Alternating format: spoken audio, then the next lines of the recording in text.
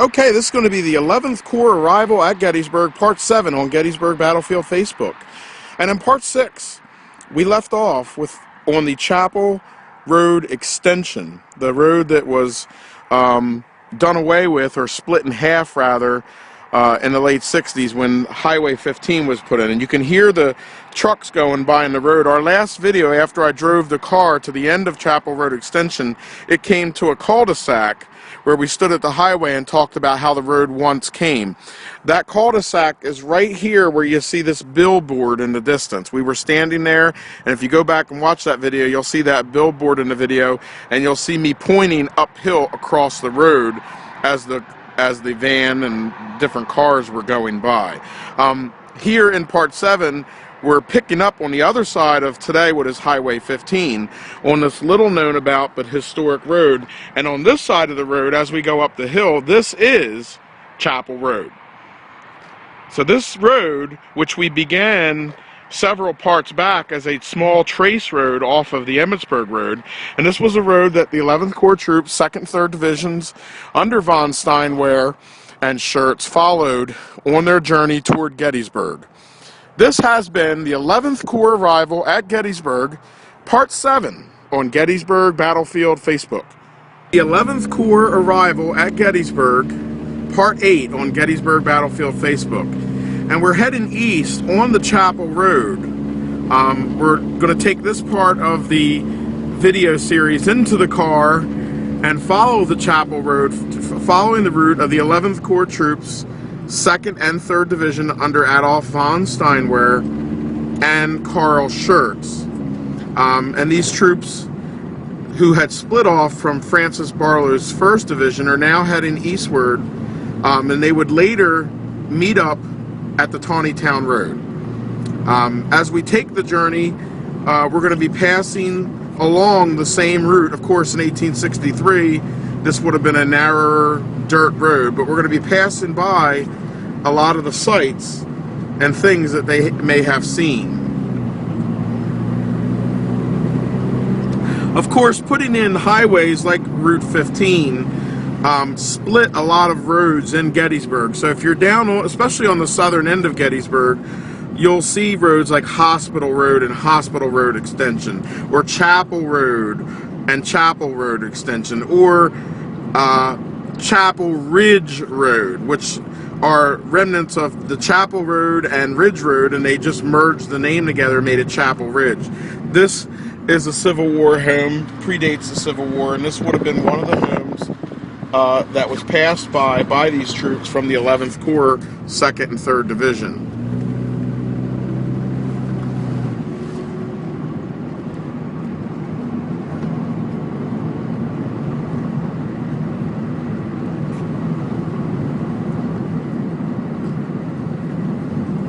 And this is the Ridge Road that we're passing now. And the Ridge Road, of course, is also a historic road as well. A lot of Union cavalry on July 3rd, 1863 moved up the Ridge Road northbound toward the Round Tops.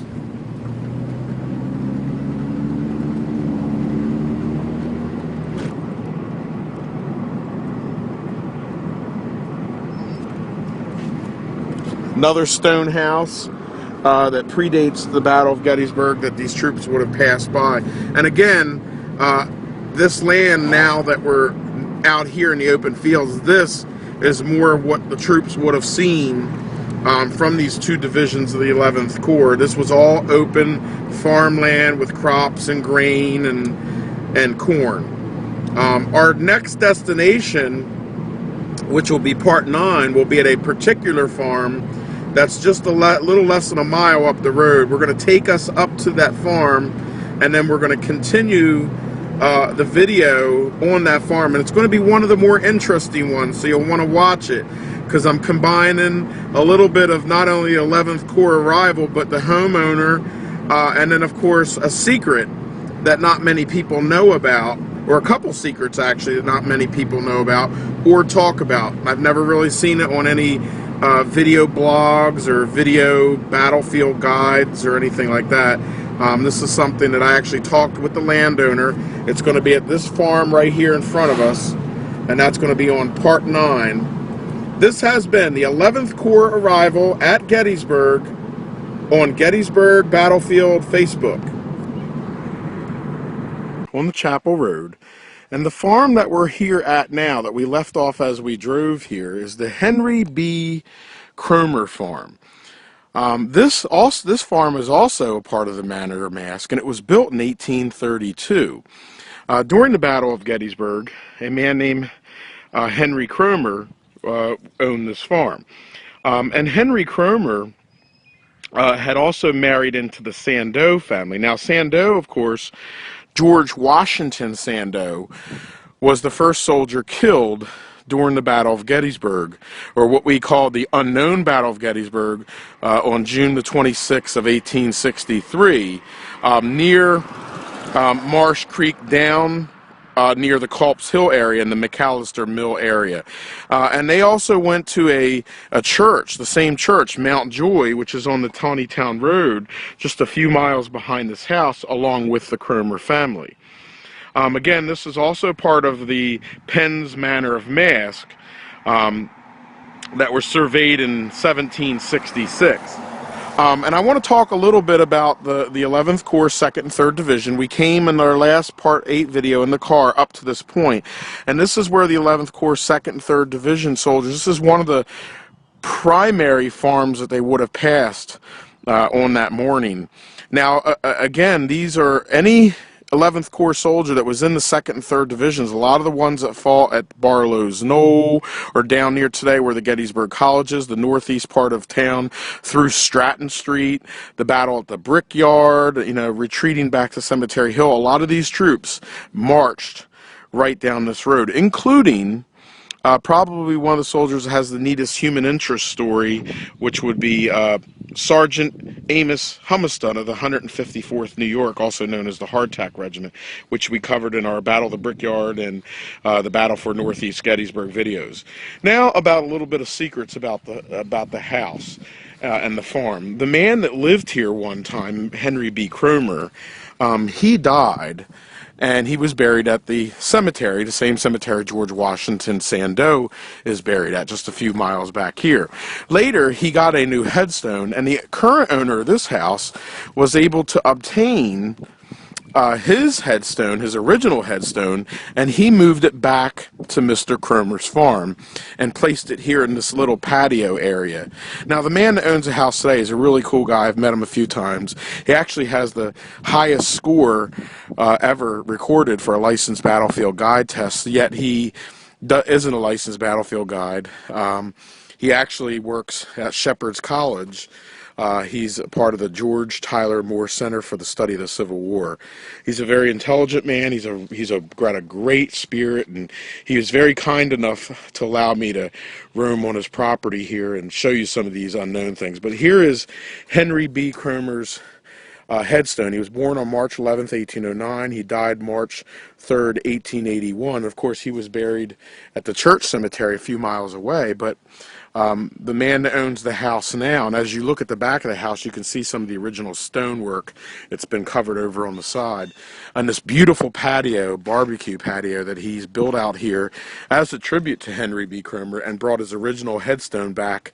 So Henry B. Cromer, though his body is resting in that cemetery, a part of him comes back to his farm, which I thought is very cool. And of course, it's a very beautiful, serene spot, as you can hear the water going under the homemade bridge.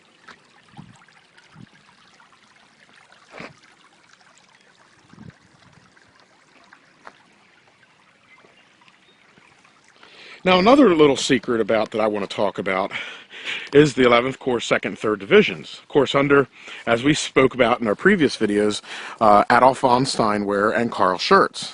Now, the 11th Corps symbol is a crescent moon.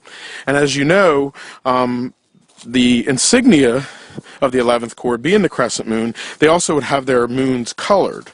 And the red is always the 1st Division, the white is always the 2nd Division, the blue is always the 3rd Division, and so on. Different colors for every division.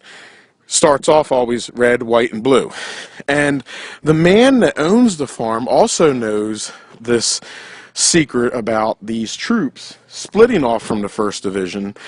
He's renamed this farm now the Crescent Chapel Farm, and as you can see on the barn, has also painted a white and blue crescent moon, meaning that the 2nd and 3rd Divisions of the 11th Corps, signified by the crescent moons, were painted on the side of the barn. So it's just this little secret of the battlefield kind of a thing. Also, above the window is the history of the farm going back to 1832. Across the street of Chapel Road is the actual house that was built in 1832. It sits here at 114 Chapel Road. And we're going to talk about a few other little secrets real quick here. On the house is the original Manor of Mask plate.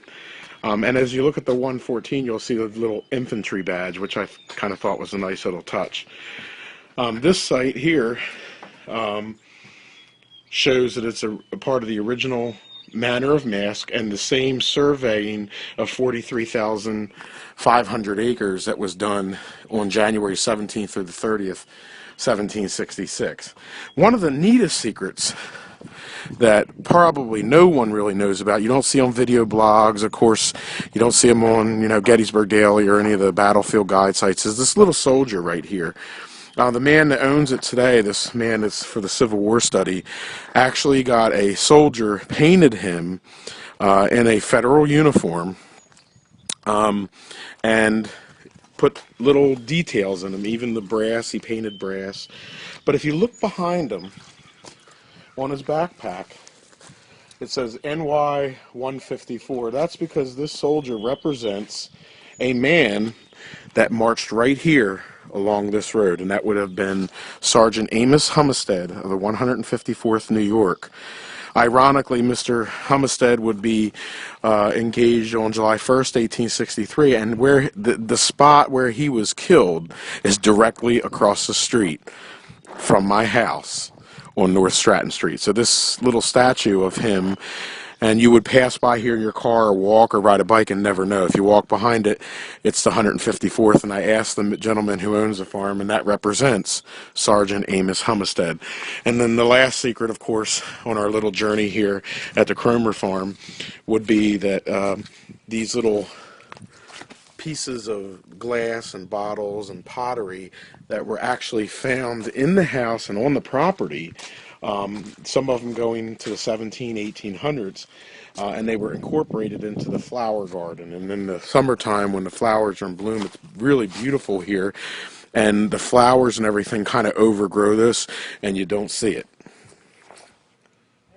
At Gettysburg, Part 10 on Gettysburg Battlefield Facebook. And I do want to apologize for the early cutoff on that last video. As I was outside at the Henry B. Cromer farm, which is up here on the road, Mr. Snell, who is a friend of mine, had come outside, recognized me, and we began to talk, and I learned that he unfortunately has cancer, and he's not sure about his status with that. So I spent about a half an hour with him, and I kind of cut my video off there, but I was pretty much done showing the different secrets about the property. And as you look at the house here, the left side of the house, which is the original stone part, again was built in 1832. The right side, or the front of the house today, was built in the 1880s after the battle, but the original stone house that sat there at the Henry B. Cromer farm, and the barn across the street goes back to 1832, is a Civil War structure that the 11th Corps soldiers, 2nd and 3rd Divisions passed. They proceeded to continue up Chapel Road to this point here, and today this is the corner of Chapel Road and Barlow Road. So if you come here to Chapel Road, the end of Chapel Road, we began Chapel Road back at the old secret trace road on the Emmitsburg Road, and we followed it here to its end at Barlow. These troops would then make a left here, and just about 200 yards is the Taneytown Road. That is the spot where the sign that states the 11th Corps turned towards Gettysburg, which we talked about in part 1, should actually be. That is the secret of this 11th Corps arrival at Gettysburg that we began in part 1, that the sign that the Pennsylvania Commission put up is in the wrong spot. It should be actually right up here at the corner of Barlow and the Taneytown Road. We're going to take a ride up there for the next video and continue our series. This has been the 11th Corps arrival at Gettysburg, Part 10, on Gettysburg Battlefield Facebook. Arrival at Gettysburg, Part 11, on Gettysburg Battlefield Facebook. In our last video, we left off at the Cromer farm up here on Chapel Road. And as you remember, the 2nd and 3rd Divisions under Schurz and von Steinwehr marched up that old Trace Road up today what is Chapel Road. And this is where they then made a left, here at the corner of Chapel Road and Barlow Road. These two divisions of the 11th Corps would make a left here, and they would go about 200 yards, and they would end up at the Taneytown Road up here on the left. Now it is at that spot where the Pennsylvania Commission sign that we looked at in part 1 should actually lay. And it shouldn't say the 11th Corps turned here and headed north. It should say the 2nd and 3rd Divisions of the 11th Corps turned at this point and headed north into the town of Gettysburg. This has been the 11th Corps arrival at Gettysburg, Part 11, on Gettysburg Battlefield Facebook. Road and Barlow Road, as you can see. In our last part of the 11th Corps arrival at Gettysburg, Part 11, we left off about 200 yards here at the corner of Barlow and Chapel Road, and we talked about the 11th Corps troops moving in this area. And then my camera ran out of room, cut off, so I'm going to continue here on Part 12. A little bit about this. This is actually the spot where the Pennsylvania historical marker sign saying that the 11th Corps troops headed toward Gettysburg should be. It should sit right here at the Marion Farm. And this Marion Farm was a farm settled by Hugh Dunwoody Sr. It's one of the oldest continuously familied farms in Pennsylvania. It was established in 1741. Hugh Dunwoody Sr. established the farm, and today it's owned by the Marion family, who's the same as a descendant of Mr. Dunwoody. And the 2nd and 3rd Divisions under Carl Schurz made a left here and headed toward Gettysburg on the Taneytown Road, and therefore that's where the sign that we talked about in Part 1 being in the wrong position should sit right here along this side of the road. I do want to note too that it was here at 10:30 in the morning that Carl Schurz received word that he would be given a greater command since John F. Reynolds was killed, and Oliver Otis Howard had then take pretty much the entire left wing of some of his command. And of course, command at that time was all mixed up. You had Reynolds killed, you had Howard taking over some of his troops, you had Carl Schurz now taking a wing of troops. You had Doubleday taking over command, and of course later on when Hancock arrived, he would take command of not only his own